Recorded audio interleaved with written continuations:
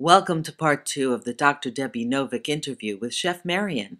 Today we'll be talking about your immunity system and should you be taking a flu shot. Here's the disclaimer. I'm going to say never trust my judgment and things I say or Dr. Debbie says for your own good judgment. And when you're not sure, please see a doctor. Okay, that's my disclaimer. I met Dr. Debbie and we sat down and we talked about nutrition and we talked about wellness. Sparkling bright. Here's what we hope for you tonight. You get 1 or 2 gems out of tonight and you put them back into your life and it makes a difference to your health. High fives all around. Dr. Debbie. Thank you. My goal tonight, my intention is for you to walk away with a lot of information, a lot of power, a lot of things that you can do when you walk out of here to improve how you deal with colds and flus. And what about all these flu shots and vaccinations that are always being encouraged? It's not about the germs? So it's not the germs, it's not the viruses that you're exposed to that matter. What matters is the state of your immune system. And that's what's going to determine whether you get sick, and if you get sick, how well and if you can recover. Wash your hands. All this stuff about washing your hands and using antibacterial stuff is not really all that great, because you really want to be exposed to things and you want your immune system to build strength and antibodies to whatever you get exposed to. So if you have a child and you protect them from every dust and every bug and everything, you keep them into a hospital-like environment, they will be so susceptible to illness. It's ridiculous. What to do? What should we do? One of the biggest factors for maintaining your intestinal lining health and your immune system is being able to deal with stress. Whatever you can do to counter stress, integrate into your daily activity something that counters the awful stress that we encounter every day. Dr. Debbie says she recommends this to all her patients. It's basically a 15-minute mini vacation for your body.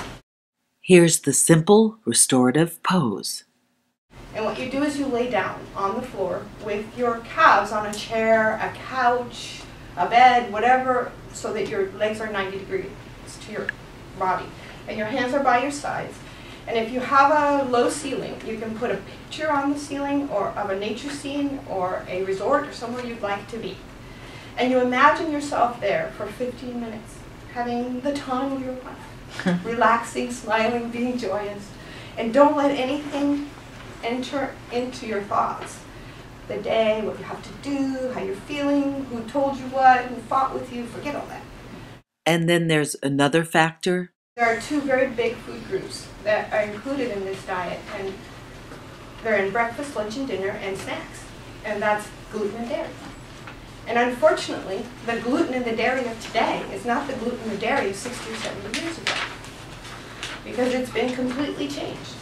It's been changed in terms of combining plants to make plants stronger. You combine 2 wheat plants into a new plant. That new plant and that new grain is a protein that your body has never seen ever. And it doesn't know what to do with it. And it cannot break it down. It cannot process it. So as it sits in your intestinal tract, without being processed and broken down, it actually creates irritation and inflammation, and it pokes holes in the lining with that. And if that happens, then you have undigested proteins going into your bloodstream, along with anything else that's living in your gut, whether it's bacteria or toxics or chemicals. Are you saying that the body doesn't always work right? And sometimes there's other foods that your body can get confused because they're so similar to each other, like grains and beans and nuts and seeds. They all look a lot like the proteins of gluten and dairy.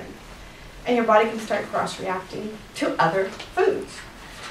So this is why this country today, the biggest disease processes that are happening today, the number 1 thing is autoimmune, and it's getting bigger every day. I don't know if you know how many people today have been diagnosed with autoimmune disease. There's 53 million people today. What else can hurt us that we don't know about? Infections, too. If you get an infection out there and it becomes bacterial and you have to take an antibiotic, because sometimes you have to. Well, guess what? Antibiotics also cause holes in your gut. So there's another reason. And you have to heal the gut after you've had an antibiotic. What about probiotics? Probiotics are really important. That's how you heal the gut, when you take probiotics after you've had an antibiotic. How do I know if my immune system is down? You could have three different things happen. Either nothing happens and you feel no symptoms and you're not aware of anything, but things are happening. You could have reactive symptoms, and it could be anything. It could be joint pain, headaches, brain fog, incoordination, numbness,